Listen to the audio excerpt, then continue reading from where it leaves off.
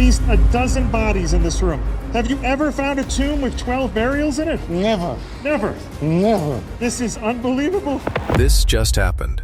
Archaeologists cracked open a sealed stone slab beneath the most iconic building in the ancient world. What came out of that hole is something no one was ready for. 12 human skeletons, a chamber packed with artifacts, and one body gripping a ceramic vessel that bears a disturbing resemblance to something you've seen before, in a movie, shot at this exact location. That object is going to matter, a lot. But it's not the discovery. The discovery is the question it forces you to ask about the building sitting directly on top of it. For over 2 centuries, every textbook and every tour guide has called this structure a royal tomb, a grand burial monument to a Nabataean king. There's one problem.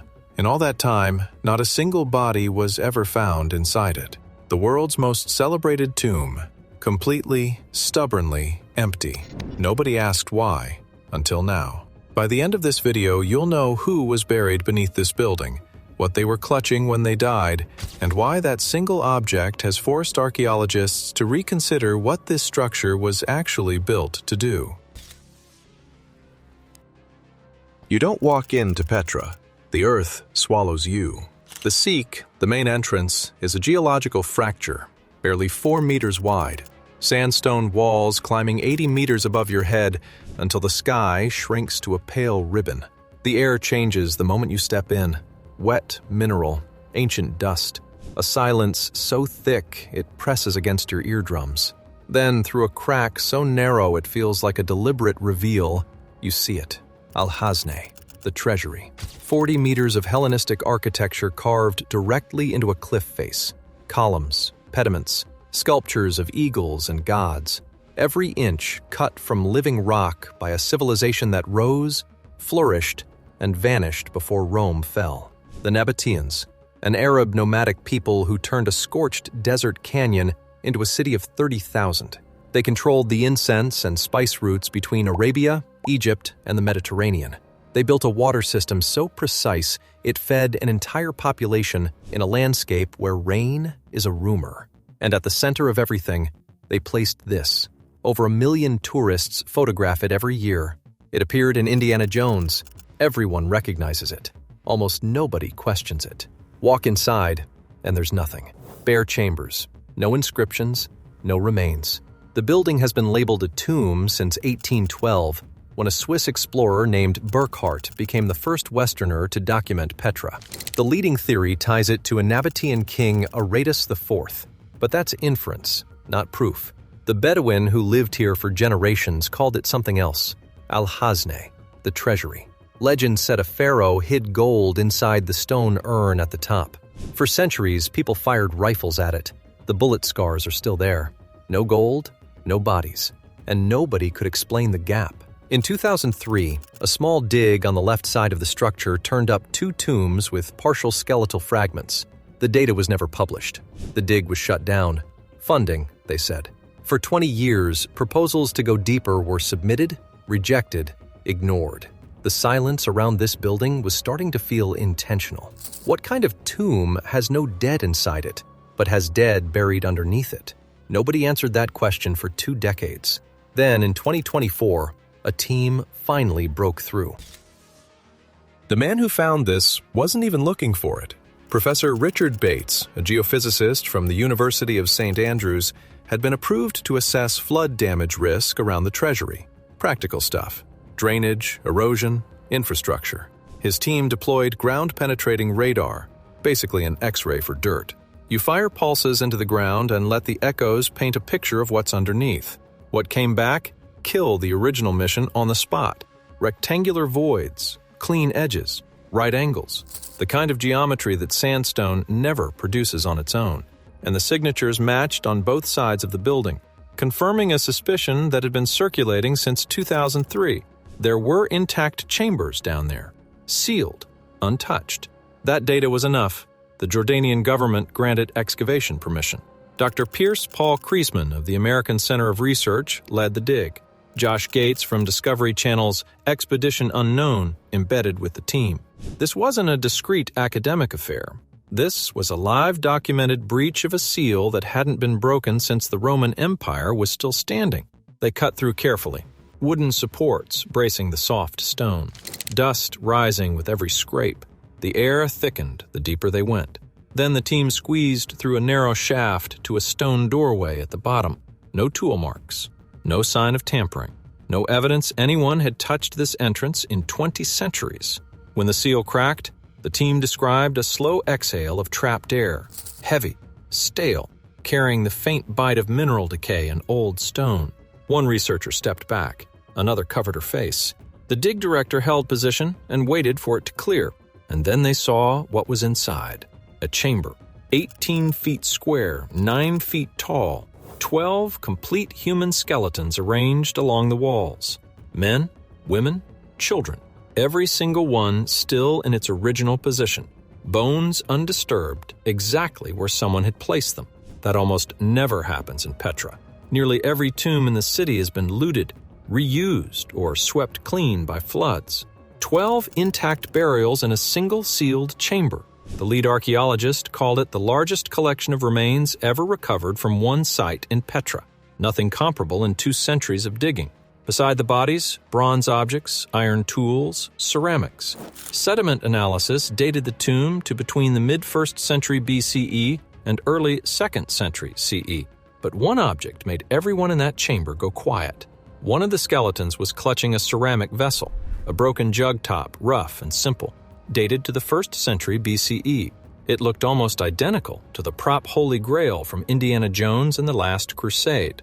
The same movie, the same building, the same exact location, except separated by 35 years and 6 feet of solid rock. Josh Gates said the entire team froze. The coincidence felt scripted, except this wasn't a set. These were real bones in a real tomb beneath the real building Hollywood had borrowed for a fiction about immortality. Now here's the question nobody on that team could answer. These 12 people were not buried inside the Treasury. They were buried beneath it. The building was constructed directly on top of them. Was the structure above built to honor their memory, or to guarantee nobody ever found them? I want your gut reaction in the comments. Monument or cover-up? Pick a side. Here's what makes this discovery sting.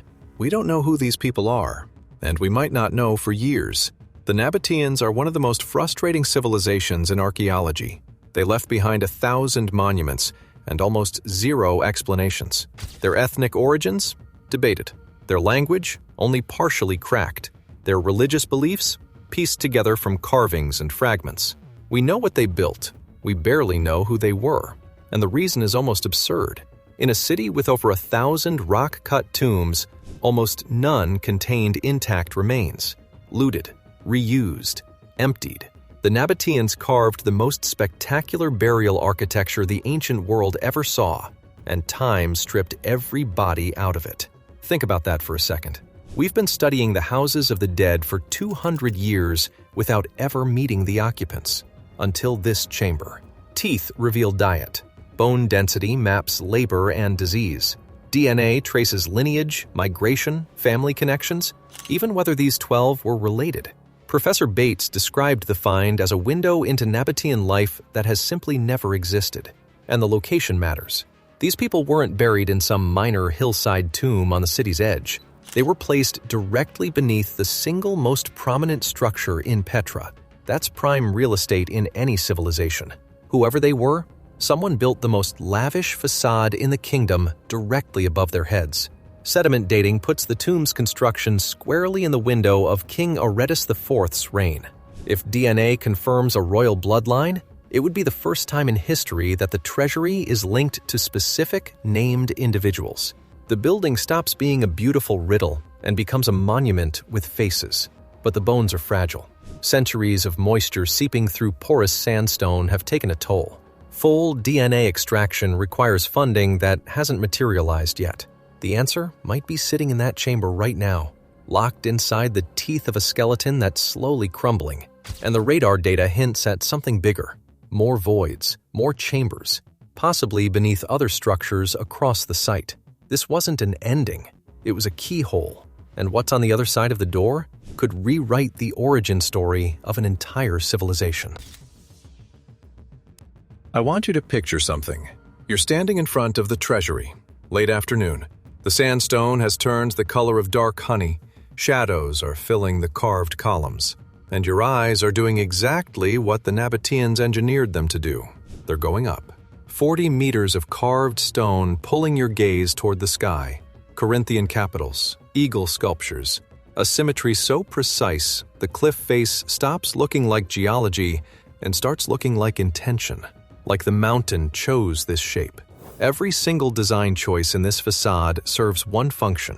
It commands your attention upward, toward beauty, toward grandeur, toward the kind of craftsmanship that makes you forget you had a question in the first place. And that was the entire point. Because the real purpose of this building was never above ground. It was underneath.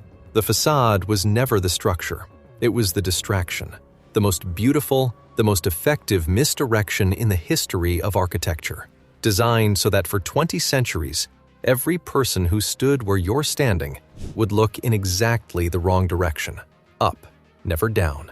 The Nabataeans were masters of stone and water and trade.